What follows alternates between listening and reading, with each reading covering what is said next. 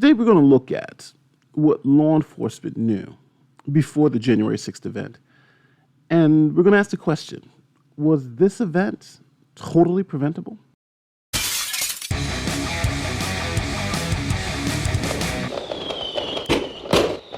Hey, what's going on? If it's your first time here, my name is Nate the Lawyer, and welcome to the Brody's Bunch, where you are the joy of today's content. So don't forget to like this video, share this video, and subscribe to the channel if you like what you hear. So I just want to ask you, if I told you there was going to be a bank robbery, and I told you when the bank robbery is going to happen, I told you who was going to rob the bank, I showed you the plans for the bank robbery, do you think that law enforcement would be capable enough to stop the bank robbery and possibly even catch the people who committed the bank robbery? Well, that's kind of similar to what we have going on here with this Trump rally and riot on January 6th. Now, before we get into it, let me be very clear. I am not making excuses for the people who rioted and violated the law, for the people who brought pipe bombs, and for the people who brought zip ties to the event to capture lawmakers. Those people are criminals. Those people should be prosecuted. No doubt about it. Even the rioters who entered the building, they should be prosecuted. It is absolutely abhorrent what happened. I think we can all agree that that was unacceptable. But saying that doesn't stop us from looking at the event and seeing what actually happened in the background and whether any of this could just have been avoided by simple planning. And what did authorities know before the event happened? Now, the first thing I want to do is for all of us to look at the factual evidence about the event. Now, you're hearing in the mainstream media, this was an insurrection. This was an overthrow of the government. This was domestic terrorism. And there are elements of all that that are true. Now, let's go back in time and see how this event was built, how this event was organized, and what actually happened before it turned bad. One thing that the mainstream media is not going to tell you is that this was a permitted event. Yes, here are the permits. There are 2 permits for this event. Now, these permits last over a couple of days. For instance, one permit by the silent majority actually had rallies the day before on January 5th to prepare for the big rallies on January 6th when Congress is going to certify the Electoral College vote. Then the second permit was from a group called Women for America First. Now, this group's permit covered a couple of days, ending on the big rally on January 6th, which President Trump spoke at. Now, just for context, here's local news coverage of the permitted events. And the mayor have been preparing for the crowds to arrive in the nation's capital. Demonstrators have been getting their ducks in a row with protest permits. WDVM's Lex Horace has been in touch with the National Park Service all day to find out which plans are approved. Lex, good evening. What did you find out? Yeah, Tasmin, it is going to be a busy week in the district, that's for sure. Multiple protests have been planned and approved by the National Park Service. Some of these protests approved even just within the last hour. Now, as of this morning, there was only one demonstration that had been approved, and crews were already out setting up for the event today. A stage, lighting, and porta-johns were being set up for a March for Trump rally that will be held on Wednesday morning. And this will be on the ellipse with a view from the South Lawn at the White House.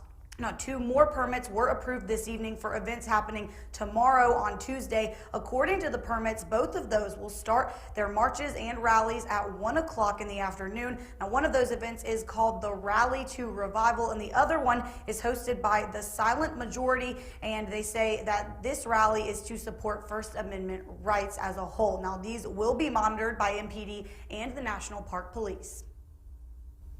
We will certainly be in the particular areas that we've always been. We will be at the Ellipse.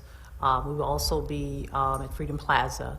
And I would yield to not discuss any of the other areas that we've talked about. We certainly partner with Metropolitan Police Department and work very closely with them in some of our geographical areas. Now, it's according to the permit for the silent majority event that will end on 7 o'clock tomorrow on Tuesday, and it will pick back up on Wednesday at noon. Now, the other one, the revival rally, that one will not be, happening after Tuesday, but the silent majority will be continuing again, picking back up where it left off on Wednesday afternoon. Of course, we will have crews out there. I will be out there. We will be bringing you live coverage of these events and letting you guys know how everything unfolds from right here in the district. Live in the Georgetown studio, Lex Juarez, WDVM 25. So we have two events being held lawfully that have permits for the city. They told them that they were coming. Now, a day before the event, President Donald Trump wrote this: "I will be speaking at the Save America rally tomorrow on the Ellipse at 11 a.m. Eastern. Arrive early, doors open at 7, big crowds." He said that on January 5th. So, well, let's stop here and go back to what police knew.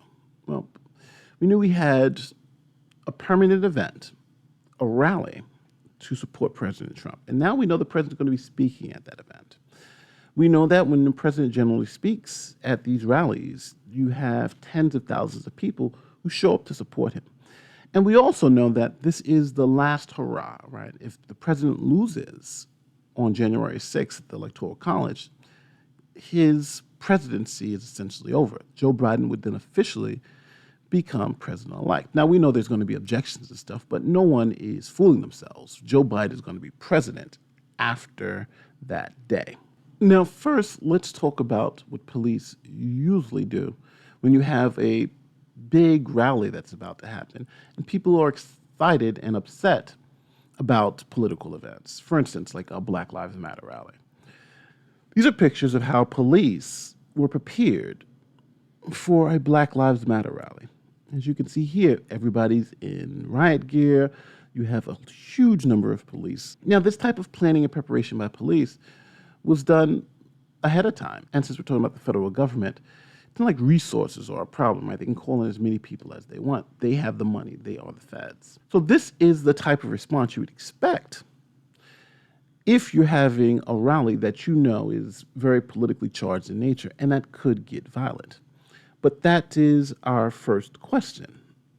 Was this a surprise to the Capitol Police? Did they believe that this could get violent? What did they know ahead of time? Well, this is where I turn to the news media. Now, one of the more interesting pieces of law enforcement is that now there has to be this intelligence apparatus attached to law enforcement.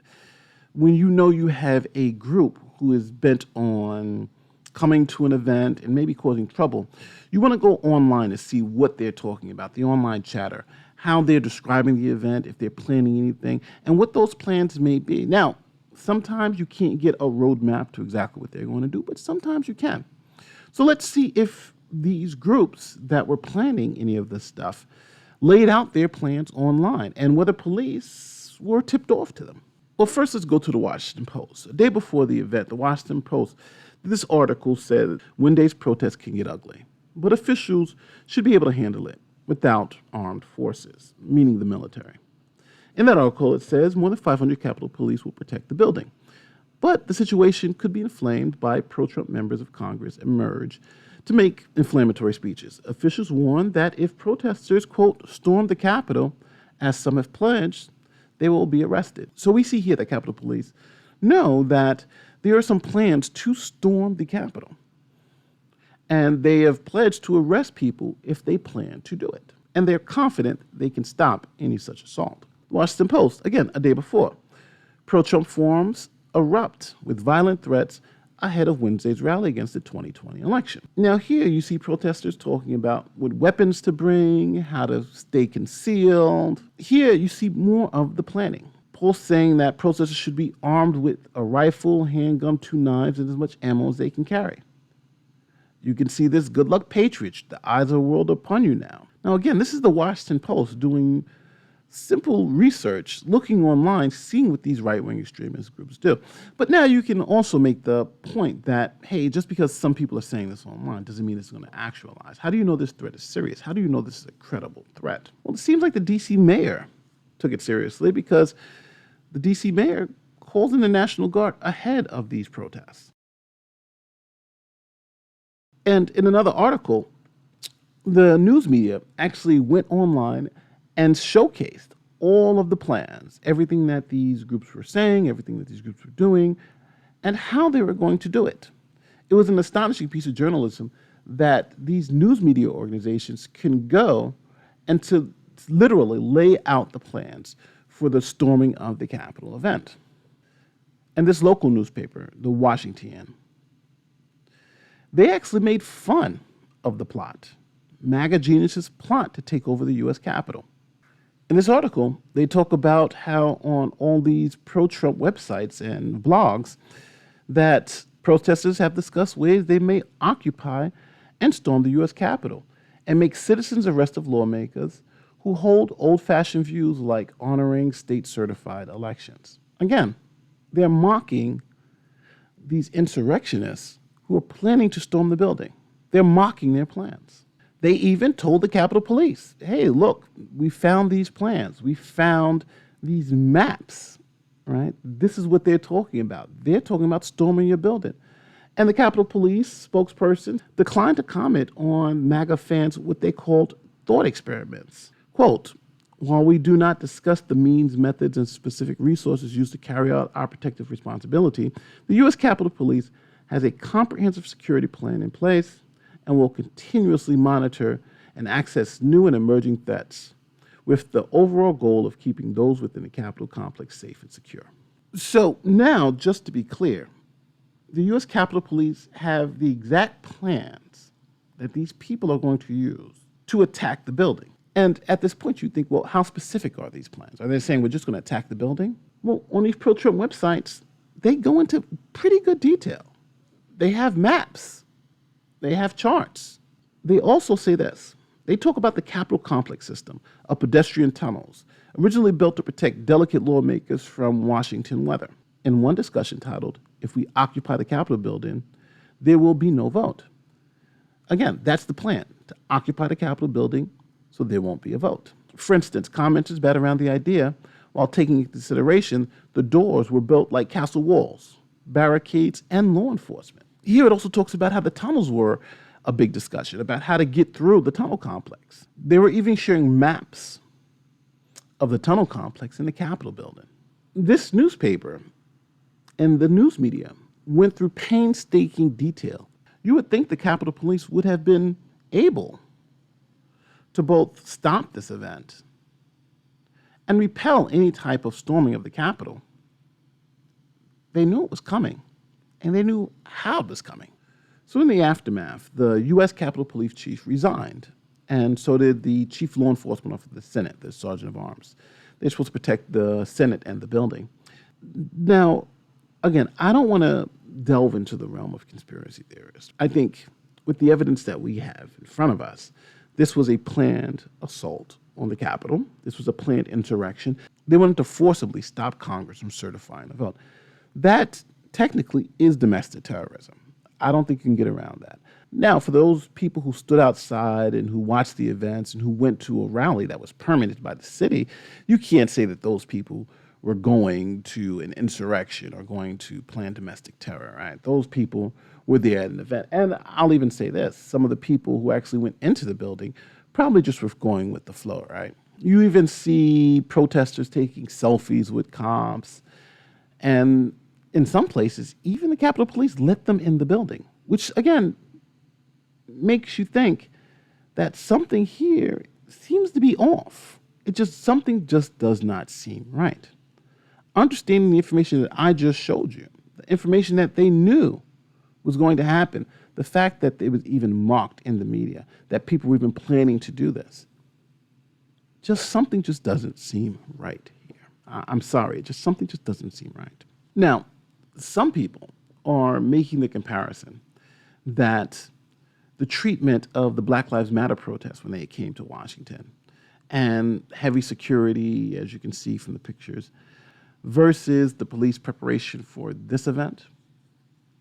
But I do think there is a question here on perception. Maybe the local law enforcement and the Capitol Police got wrapped up in a perception, because the perception is that Black Lives Matter rallies are these violent insurrections that are going to come and try to take over government buildings, where 93% of Black Lives Matter rallies have been peaceful and have been nonviolent. Matter of fact, they call them overwhelmingly peaceful. So you do have a small percentage that are violent.